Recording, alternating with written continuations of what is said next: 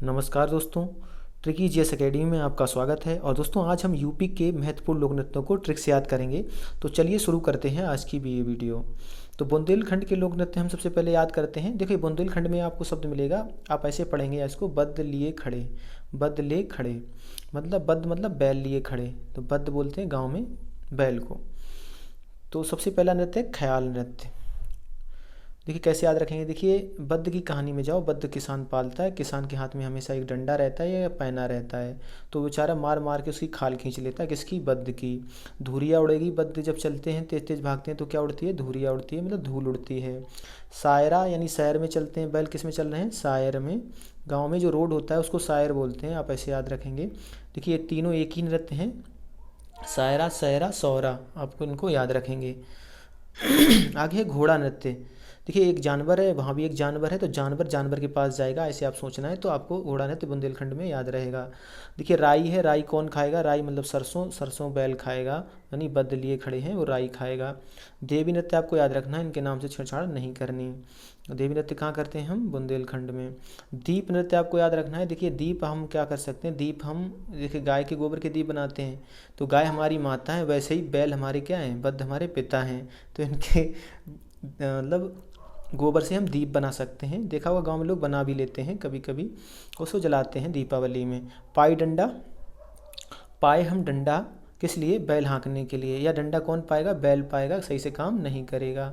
तो बुंदेलखंड आपको याद रहेगा। कार्तिक तिका तिका कौन करते हैं? बद्ध को करते हैं, तो बद्ध ले खड़े उसको तिका तिका करने के लिए, यानी खेत जोतने के लिए। बेरौंदिए, बेरंदी आपको याद रहेगा। बेरौंदिए इसी को दिवाली नृत्य भी बोलते हैं। तो बेरौंदिए क्या रौंदिए? जानवर रौंदे जाते हैं, तो आप सोचेंगे हमने बैल यानी बद्ध रौंदिए। कानरा मतलब इसको ऐसे सोचना है, कोना रहा। तो जो कोना रह जाता है, हम बैल से कोना भी नहीं रहता है, आपने देखा होगा बैल द्वारा कोना भी हम जोत लेते हैं, बट ट्रैक्टर द्वारा कोना रह जाता है। या आप ऐसे सोच लें इसका कान रहा। कान मतलब बड़े बड़े रहते हैं बैल के, तो बैल के कान रहे, कान किसके मिलेंगे? बैल के। तो आप ऐसे सोच लेंगे तो आपको याद रहेगा। एक बार रिवाइज करते हैं। देखिए मैंने क्या बोला, बद्ध लिए खड़े हो आप, तो बद्ध की खाल खींच लेता है किसान, जब भागता है बद्ध तो धूल उड़ती है, धूरिया। सायरा मतलब शहर में भागता है बैल, जब हम लेके चलते हैं।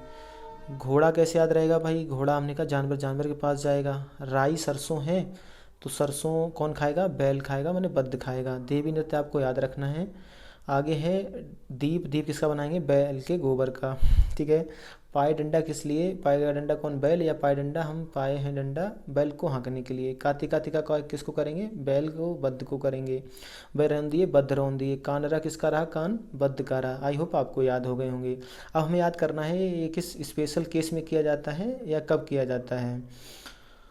तो ख्याल नृत्य आप ऐसे सोचेंगे, ख्याल हमेशा पुत्र का रखा जाता है, तो पुत्र जन्मोत्सव पर ये किया जाता है। घरों में देखा होगा आपने, पुत्री से ज़्यादा पुत्र का ख्याल किया जाता है। तो ख्याल किसका किया जाता है? पुत्र, पुत्र जन्मोत्सव, जन्मोत्सव आपको याद रहेगा।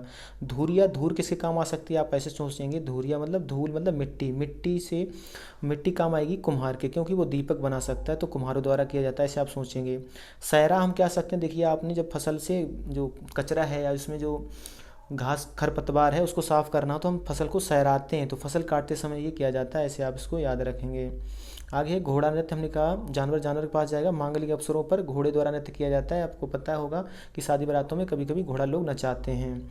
राई नृत्य महिलाओं द्वारा जन्माष्टमी पर किया जाता है। तो राई में शब्द मिलेगा, आपने देखो घर में राई, यहाँ पर रई पढ़ लो, और रई मतलब रई, रई से घी निकालते हैं, तो ये महिलाएं ऐसा काम करती हैं। और जन्माष्टमी कैसे याद रहेगी? देखो कन्हैया को घी पसंद था, मक्खन पसंद था, तो रई से जो घी निकलेगा वो जन्माष्टमी कन्हैया के काम आएगा, ऐसे आप सोचेंगे तो आपको याद रहेगा। अब दीप नृत्य आप ऐसे सोचेंगे, थाली में अनेक दीप रखकर अहीरों द्वारा किया जाता है, तो ऐसे सोचेंगे दीप है, तो ऐसे इसको पढ़ लो थोड़ी देर डीप। और डीप कौन नहीं सोचता? अहीर, बहुत जल्दी रिएक्शन करता है, मतलब जल्दी लड़ जाता है। आप ऐसे सोचेंगे कि डीप कौन नहीं सोचता? अहीर, ठीक है। आगे पाई डंडा, पाई डंडा, डंडा किसके हाथ में हमेशा रहता है? भैंस चराने काम करते रहे अहीर ग्वाला, तो आप ऐसे याद रखेंगे कि अहीरों द्वारा पाई डंडा किया जाएगा। अब कार्तिक हमने कहा इसको का तक रहे, तक रहे कौन? कृष्ण गोपियों को तक रहे हैं, ऐसे सोचेंगे तो कृष्ण गोपी बनकर लोग इसमें डांस करते हैं। एक दो बार पढ़ लेंगे, आपकी इमेजिनेशन में बैठ जाएगा, कभी आप इनको नहीं भूलेंगे। अब बरेंदी है, दीवारी नृत्य यही समाज द्वारा करे जाते हैं। तो देखिए रौंदने का काम कौन करते हैं? जैसे जल्दी लड़ जाते हैं तो लोग इनसे लड़ते नहीं हैं, तो आप ऐसे सोचेंगे रौंदने का काम कौन करते हैं? अहीर समाज द्वारा, तो आपको याद रहेगा। ये दीवारी हैं, दबाए रहे हैं, दबाता कौन है? अहीर, ऐसे आप सोचेंगे तो आपको याद रहेगा। कानरा देखो नृत्य व्यवहार धोबी समाज द्वारा किया जाता है, कैसे याद रहेगा? देखिए कानरा में शब्द मिलेगा आपको नरा। अब नरा है तो है कपड़े में, कपड़ा कौन धोता है? धोबी। ठीक है, तो धोबी समाज द्वारा कौन सा किया जाएगा? कानरा। तो कौन नरा भाई? नरा लेके कौन डांस करेगा भाई? धोबी कपड़ा धोता है तो वो नरा लेके डांस कर रहा है, लुंगी डांस। ठीक है, आपको याद रखना है। आगे चलते हैं। अब ब्रज क्षेत्र के नृत्य लोक नृत्य हम कवर करते हैं।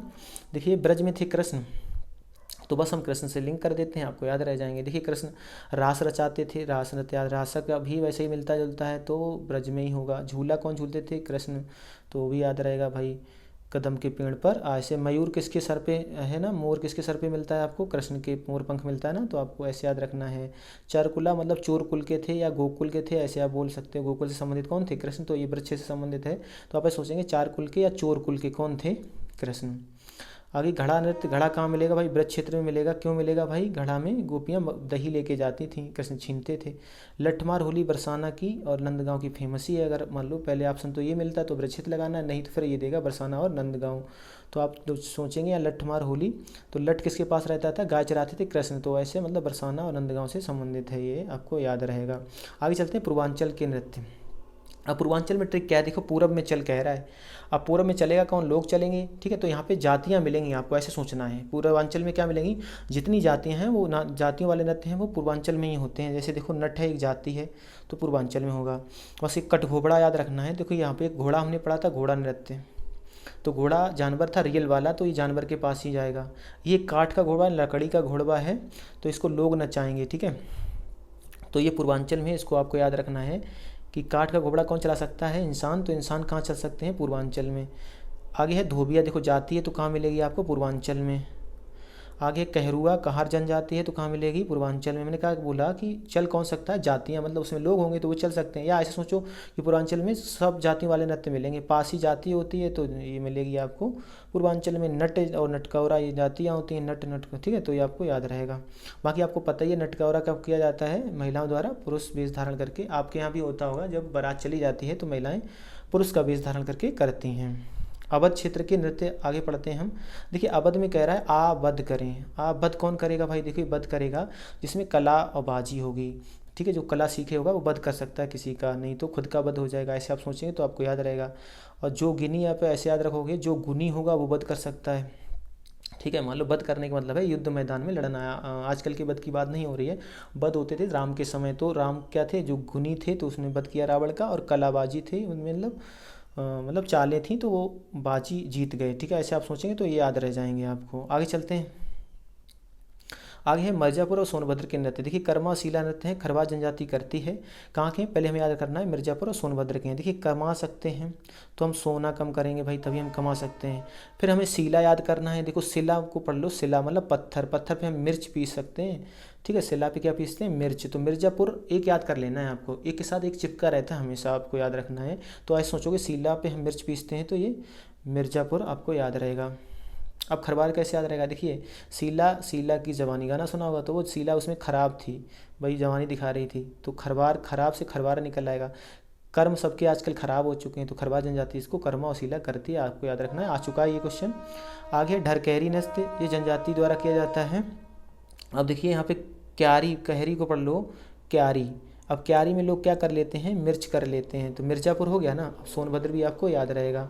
तो कहरी मतलब क्यारी, क्यारी में क्या करते हैं? मिर्च, तो मिर्ज़ापुर सोनभद्र हो गया। अब हमें याद करना जनजातियों द्वारा किया जाता है, तो ऐसे सोचेंगे कि ढर्रे पे कह रही हैं, अपना वो ढर्रा ही कह रही हैं। आज तक जनजातियाँ ऐसा काम करती हैं क्योंकि उन्होंने अपने आप को अपडेट नहीं किया, पुराने कल्चर ही, पुराने बिजनेस ही, और पुरानी जो चीज़ें हैं वही करते आ रहे हैं। आप ऐसे सोचेंगे तो आपको याद रहेगा।